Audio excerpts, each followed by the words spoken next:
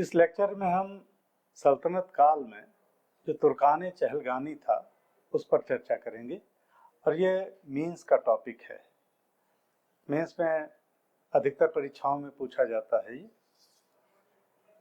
तुर्कान चहलगानी जो है इसको चालीसा भी कहा जाता है। तो चालीसा तुर्कान चहलगानी ये इल्तुतमिश जब गद्दी पर बैठा तो इल्तुतमिश के जो गुलाम थे इनको शमसी गुलाम कहा जाता था। शमसी गुलाम। तो तुर्कान चहलगानी जो है ये इल्तुतमिश के शमसी गुलामों का एक दल था। इसको चालीसा कहा जाता था। हालांकि इसकी संख्या 40 नहीं थी, इसकी संख्या घटती बढ़ती रहती थी। तो ये जो इल्तुतमिश के विश्वास पात्र गुलाम थे, शमसी गुलाम थे, उन्हीं का एक दल था। और ये जो शमसी गुलाम थे इनको ये तुर्कान चहलगानी का गठन किया इल्तुतमिश ने। तो गठन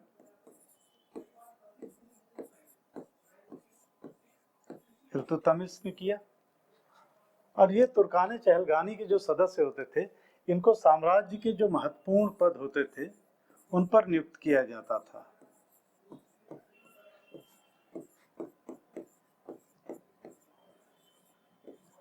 तो महत्वपूर्ण पदों पर तुर्कान चहलगानी के सदस्यों को नियुक्त किया जाता था।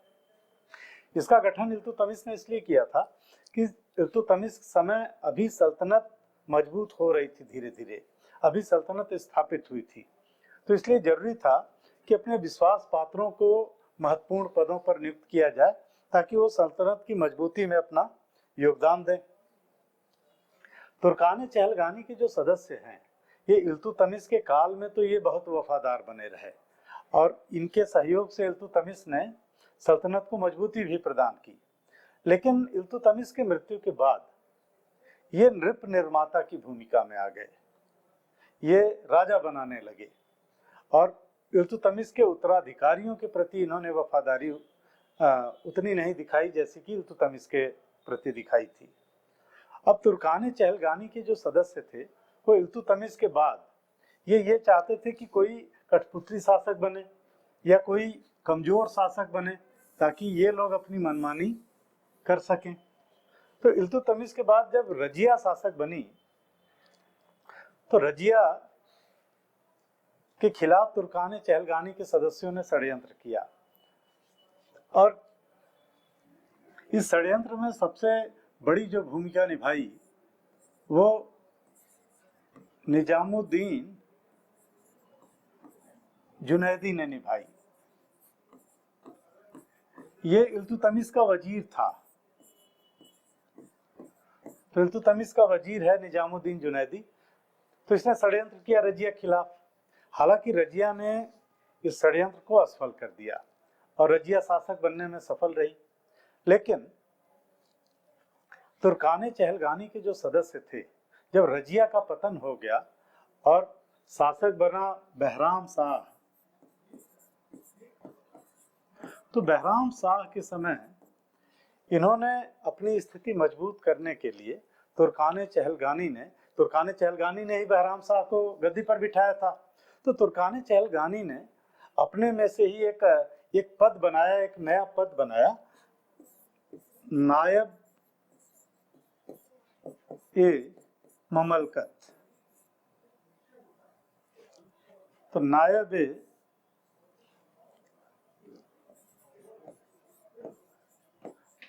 ममलकत का पद बनाया और इस पद पर पहला जो नायब नियुक्त किया गया वो था इख्तियारुद्दीन ऐतगीन। तो इख्तियारुद्दीन ऐतगीन को पहला नायब बनाया गया। तो ये जो नायब का पद था ये एक तरीके से उप सुल्तान का पद था और ये सुल्तान पर नियंत्रण करने के लिए तुर्कान चहलगानी के सदस्यों ने ये पद बनाया था ताकि इनका प्रतिनिधित्व ये व्यक्ति करता रहे। अब बहराम शाह के समय जो नायब का पद था ये बहुत शक्तिशाली हो गया। बाद में बहराम शाह की भी हत्या कर दी गई और अलाउद्दीन मसूद शाह गद्दी पर बैठा। अलाउद्दीन मसूद शाह की भी 1246 में हत्या कर दी गई और इसके बाद नासिरुद्दीन महमूद गद्दी पर बैठा। नासिरुद्दीन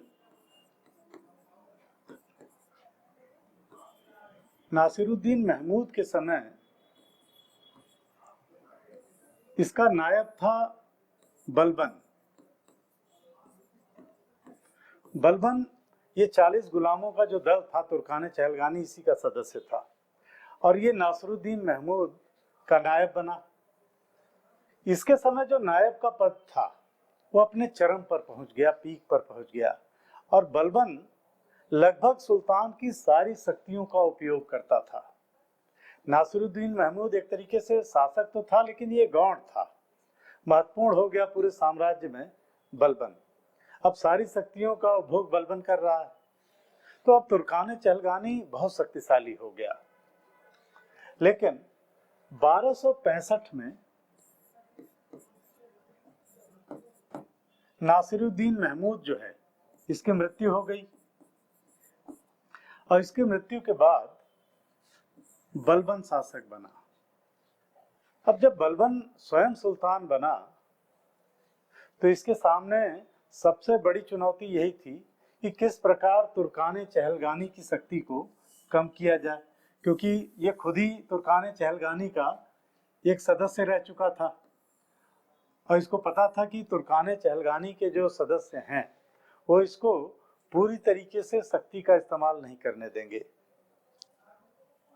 क्योंकि बहुत ताकतवर हो चुके थे इस समय तक।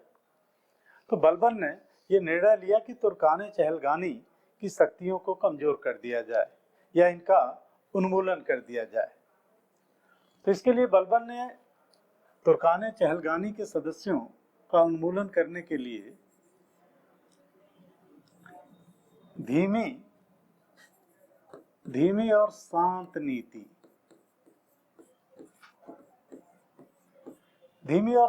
नीति अपनाई, स्लो एंड काम पॉलिसी अपनाई कि धीरे धीरे इनका काम लगा दिया जाए। और इसके लिए बलबन ने किया इसके लिए कई उपाय अपनाए बलबन ने। एक तो तुर्कान चहलगानी के जो सदस्य थे इनका स्थानांतरण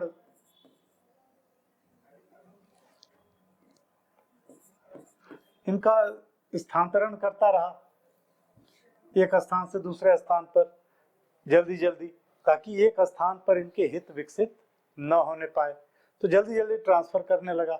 दूसरी चीज कि तुर्कान चहलगानी के जो सदस्य थे इनको उत्तर पश्चिम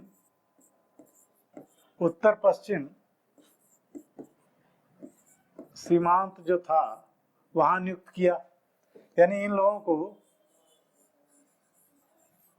इस इलाके में नियुक्त किया मंगोलों के खिलाफ।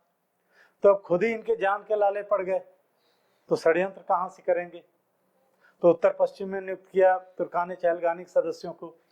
इसके अलावा इसका भाई था एक शेर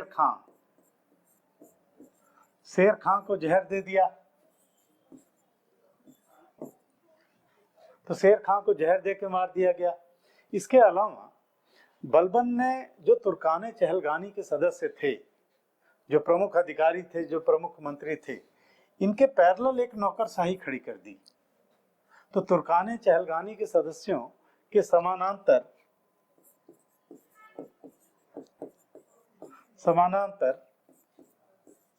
एक नौकरशाही खड़ी कर दी,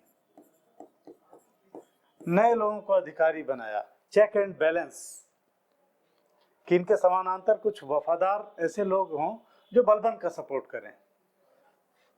इसके अलावा तुर्कान चहलगानी के जो सदस्य थे इनकी छोटी छोटी गलतियों पर बलबन ने इनको बड़ी बड़ी सजाएं दी। गुप्तचर विभाग को टाइट किया बलबन ने। जैसे एक तुर्कान चहलगानी का सदस्य था मलिक बकबक, तो मलिक बकबक ने एक व्यक्ति की हत्या कर दी थी।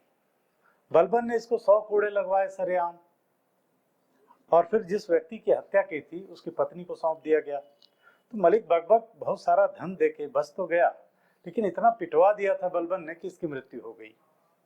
फिर एक और सूबेदार था और तुर्कान चहलगानी का सदस्य था हैबत खां। हैबत खां ने अपने नौकर का वध कर दिया था। तो सबसे पहले तो बलबन ने, जो गुप्तचर सूचना नहीं दे पाया टाइम से, पहले तो उसी को फांसी पर लटकाया। इसके बाद हैबत खां को सरेआम चौराहे पे 50 कोड़े लगवाए। हैबत खां को इतनी बेइज्जती महसूस हुई कि वो इसके बाद कभी घर से बाहर ही नहीं निकला। इसके अलावा बलबन ने जब अपना राजत्व सिद्धांत लागू किया तो इसने सिजदा और पैबोस की प्रथा शुरू करवाई कि कोई भी व्यक्ति जो दरबार में आएगा वो सुल्तान को सलाम करेगा झुक के और उसके पैरों को चूमेगा। तो इस तरीके से ये सबके लिए व्यवस्था थी, ये तुर्कान चहलगानी के लिए व्यवस्था है।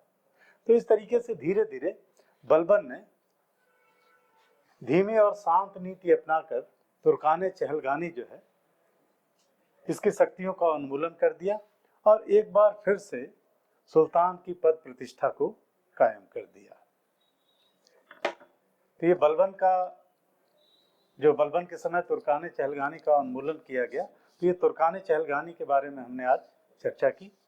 अगले लेक्चर में हम बलबन का जो राजत्व सिद्धांत है उसके बारे में जानेंगे।